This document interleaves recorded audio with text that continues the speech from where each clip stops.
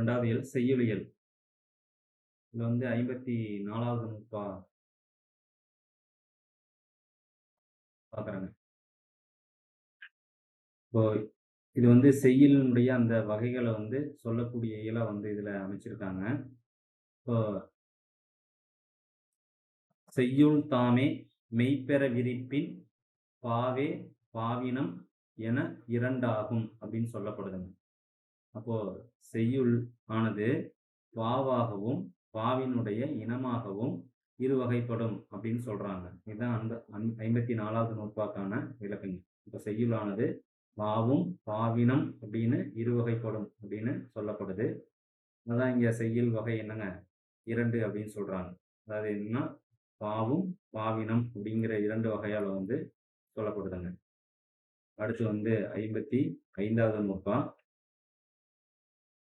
இது வந்து பாவினுடைய வகைகளை சொல்லுதுங்க. வெண்பா, ஆசிரியம், களி, களியே, வஞ்சி என பண் பாய்ந்துரைத்த பா 4ஆகவும் சொல்றாங்க. அப்போ இந்த நூற்பா என்ன விளக்கம் கொடுக்குது அப்படின்னா, பாவினுடைய வகைகள் எத்தனை அப்படின்னு சொன்னா 4 அப்படின்னு. இது நமக்கு தெரிஞ்சதான் வெண்பா, ஆசிரியம், களிப்பா, வஞ்சிப்பா. ஏன்னா இங்க மருட்பா அப்படிங்கிற விஷயத்த வந்து இந்த களம் வந்து சொல்லலைங்க. ஆனா யாப்பெருங்கல காரிகையில இந்த மருட்பாங்கிறது ஒரு பா வந்து இருக்கும். ஆனா இங்க வந்து என்னன்னா இந்த யாப்பெருங்கலத்துல இது வந்து சொல்லப்படல. அடுத்து பாத்தீங்கன்னா 56வது நூற்பா. தாழிசை துறையே விருத்தம் என்றிவை பாவினம் பாவோடு பார்ப்பட்டியலும் அப்படின்னு சொல்லுதுங்க. அப்ப இந்த நூற்பா என்ன சொல்றாங்க அப்படின்னா, பாவினங்களினுடைய பெயரும் அதனுடைய வைப்பு முறையும் பத்தி இந்த நூற்பாவானது பேசுதுங்க. இது என்ன சொல்லுதுன்னா, தாழிசை, துறை, விருத்தம் அப்படின்னு 3 வகையான பாவினமானது என்ன செய்யும் அப்படின்னா, பாவோடு பார்ப்பட்டியலும் அப்படின்னு சொல்லுதுங்க.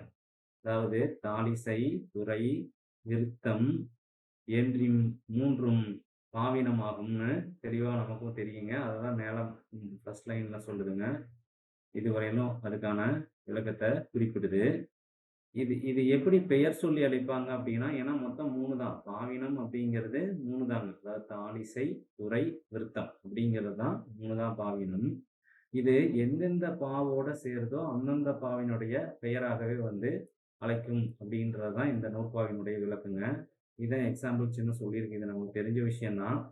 இப்போ வெண்டாழிசை, வெண்டுறை, வெளிவிருத்தம் அப்படின்னு சொல்லுதுங்க. அப்ப வெண்துறைங்கிறத வெண்டுறை சொல்றாங்க. அடுத்து ஆசிரிய தாழிசை, ஆசிரியத்துறை, ஆசிரிய விருத்தம், கலித்தாழிசை, கலித்துறை, கலிவிருத்தம்.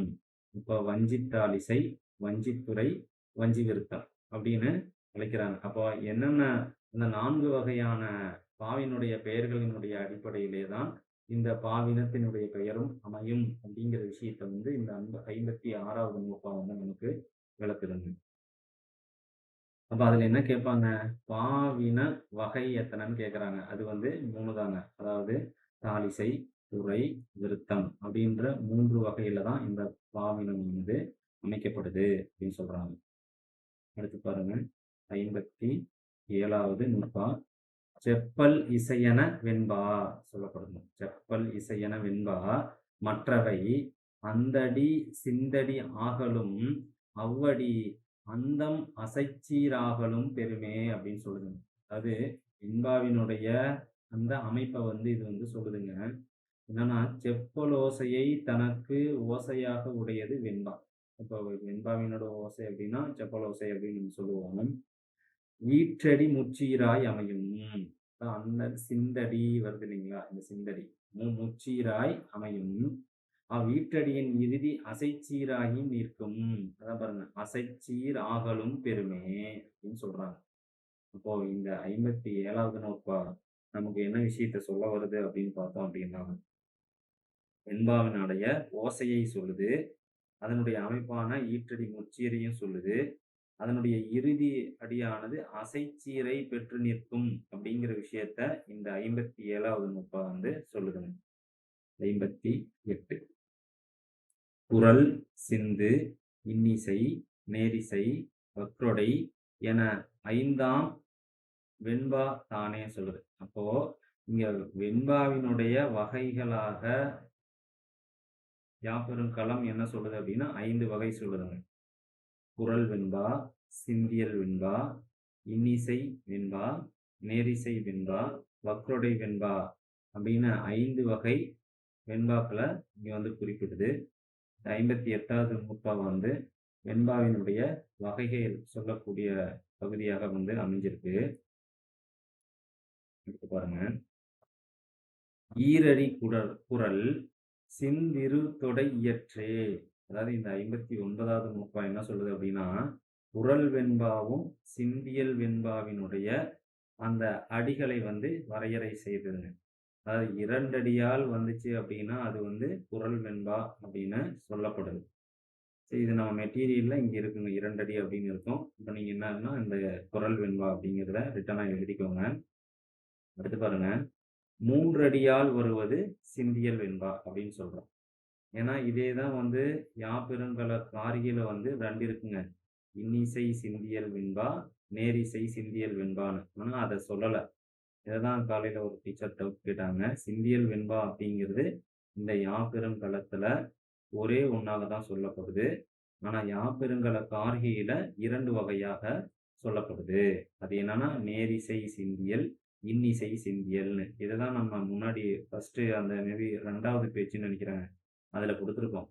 யாப்பெருங்கலம் சொல்லாத வகை என்ன அப்படின்னா, சிந்தியல் வெண்பாவினுடைய வகைய வந்து சொல்லல அப்படின்னு சொல்லியிருக்கோம். அப்ப அது என்னன்னா இதுதாங்க. அப்ப 3 அடியால் வருவது சிந்தியல் வெண்பா. அப்ப இந்த 59வது நூற்பா வந்து குறள் வெண்பாவுக்கும் சிந்தியல் வெண்பாவுக்குமான அடி வரையறையை சொல்லக்கூடிய பகுதியாக இருக்குது.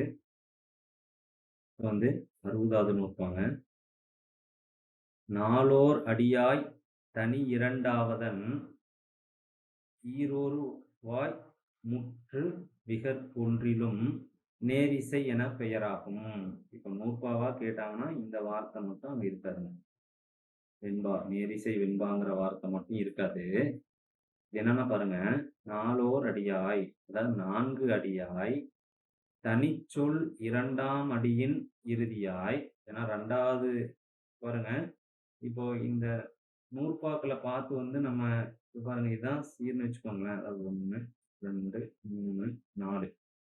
இது என்னதுங்க 4 அடியாய். 4 அடியா இருக்கணும். தனிச்சொல் 2ஆம் அடியின் இறுதியாய் இருக்கணும். தனிச்சொல் 2ஆம் அடின்னா இது 2வது அடிங்க. இங்க வந்து என்னன்னா ஒரு ஐஃபன் இருக்கும். அதுக்கப்புறம் ஒரு தனிச்சொல் இருக்கும். ஐஃபன் வந்துச்சு அப்படின்னா, அதை தொடர்ந்து இருக்கக்கூடிய சொற்கள வந்து நம்ம தனிச்சொல் அப்படின்னு சொல்லுவாங்க. 2ஆம் அடியின் ஒரு தொடையாய், அதாவது 2 விகற்பத்தானும், ஒரு விகற்பத்தானும் வருவது நேரிசை வெண்பான்னு சொல்றாங்க. விகற்பம் அப்படின்னா வேறுபாடுங்க. அப்போ இந்த தொடை விகற்பங்கள் அப்படின்னு நம்ம பார்த்தோம். அப்ப அந்த தொடை விகற்பங்கள் எதுல வருங்க? 4 அடியாய் அமைந்திருக்கக்கூடிய அந்த சொல்லுல தான் அதாவது அதுல தான் வருங்க. அப்போ அதுல வந்து பார்த்தீங்கன்னா, முதல் எழுத்து ஒன்றி வருவது எதுகை, 2ஆம் எழுத்து ஒன்றி வருவது மோனை, இயைவு, ஒருவு அதுக்கெல்லாம் எந்தெந்த எழுத்துன்னு சொல்லி முன்னாடி பகுதியிலேயே பார்த்தோம். அத நம்ம இங்க பொருத்தி பார்க்கணுங்க. அடுத்து 3ஆம் அடியும் என்ன இருக்குங்க? 4 சொல்லா இருக்கும். இறுதி அடி என்னவா இருக்குங்க? 3 சொல்லா இருக்கும். அப்ப பார்த்தீங்கன்னா, 2ஆம் அடியின் இறுதியில இங்க தான் வந்து தனிச்சொல்ல பெற்று வரும் அப்படின்னு சொல்றாங்க. அதாவது ஐஃபனுக்கு அந்த பக்கம் இருக்கிறது தனிச்சொல். இந்த விகற்பம் அப்படின்னா வேறுபாடு. அந்த வேறுபாடு என்னன்னா, தொடை விகற்பம் சொல்றோம். தொடைகள் சொல்றோம் இல்லைங்களா? எதுகை, மோனை, ஐயைவு, முரண் இதெல்லாம் வருங்க. அது எந்தெந்த சொல் இருக்குதோ, இப்ப பார்த்தீங்கன்னா 2 அடியிலயும் அதனுடைய முதல் எழுத்தோ அல்லது 2ஆம் எழுத்தோ ஒன்றி இருக்கலாம். அதாவது எதுகையாகவோ, மோனையாகவோ, முரணாகவோ, ஒரு தொடையாகவோ ஒன்றி இருக்கலாம். அளபெடையாகவோ வரும். அப்போ வரும்போது, இந்த 2 வரி அடிகளுக்கு ஏற்ப தனிச்சொல்லின் எதுகையும் அமையும். அப்புறம் இது பார்த்தீங்கன்னா, வேறொரு எதுகையா இருக்கும். ஒரே இனமா இல்லாம வேறொரு எதுகையா இருக்கும். அததான் இங்க சொல்றாங்க. 2 விகற்பத்தானும் முதல் 2 லைன்ல ஒரு விகற்பம். அதாவது வேறுபாடு இருக்கும். இந்த வேறுபாடுன்னா என்ன அப்டின்னா, இந்த தொடைகளினுடைய வேறுபாட சொல்றாங்க. எதுகை, மோனை, முரண் அப்படிங்கிற அந்த வேறுபாட அடுத்து 2 அடியில வேறொரு விகற்பம் இருக்கும். அதான் 2 விகற்பத்தானோ அல்லது இது எல்லாம் சேர்ந்து ஒரே எழுத்தா இருந்துச்சுன்னா, ஒரு விகற்பத்தால் கொண்ட பா வகைக்கு தான் வந்து நேரிசை வெண்பா அப்படின்னு சொல்றாங்க. அப்ப இந்த 60வது நூற்பால என்ன வினா கேட்பாங்க அப்படின்னு பார்த்தீங்க அப்படின்னா, 4 அடியாய் தனிச்சொல் 2ஆம் அடியின் இறுதியாய் இரண்டாம் அடியில் ஒருவத்தொடையாய் நின்று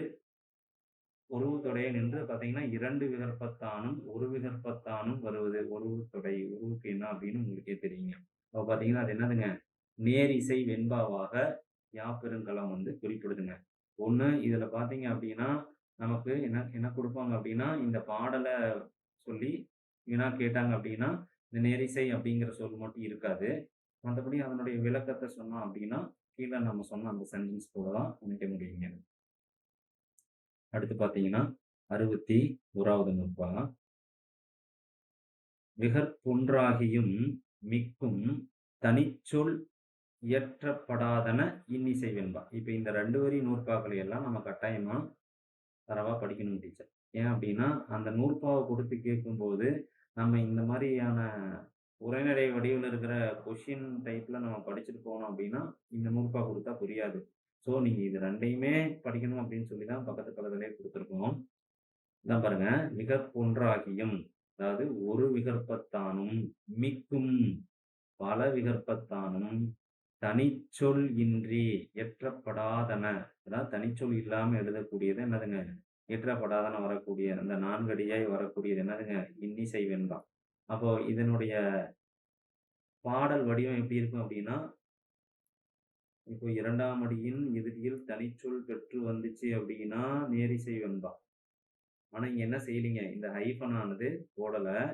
அப்ப பார்த்தீங்க அப்படின்னா, 4 அடியாய், ஈற்றுச்சீர், முச்சீராய் அமைவது தான் வந்து பார்த்தீங்கன்னா, இந்த இன்னிசை வெண்பா அப்படின்னு சொல்றாங்க. ஸோ, இப்ப இந்த பாட்ட நம்ம புரிஞ்சுக்கணும், அதுக்கான விளக்கங்கள் தெரிஞ்சுக்கணும்லாம் கிடையாதுங்க. நம்ம இந்த செய்யுளினுடைய வகை, அது ஒரு பாடலானது வெண்பாவோ, அது கலிப்பாவோ எப்படி இயற்றாங்க அப்படிங்கிற அடிப்படையில தான். ஏன்னா, நம்ம தலையெல்லாம் முன்னாடியே பார்த்தோம். உறுப்புகள்லயே பார்த்தோம் இல்லைங்களா? ஆ சரி அடுத்து பாருங்க. இப்ப இன்னிசை வெண்பாங்கிறது 4 அடியில இருக்கும். தனிச்சொல் இல்லாம இருக்கும். நேரிசை வெண்பா அப்படிங்கிறது 4 அடியா இருக்கும். 2ஆம் அடியின் இறுதியில் தனிச்சொல். அதாவது அந்த ஈற்ற அயலடிக்கு முன்னாடி என்ன இருக்குன்னா, ஒரு ஹைஃபன் இருக்கும். அப்படி இருந்துச்சு அப்படின்னா, அது நேரிசை வெண்பா. அது இல்லாம இருந்துச்சுன்னா, இன்னிசை வெண்பா அப்படின்னு சொல்லப்படுதுங்க.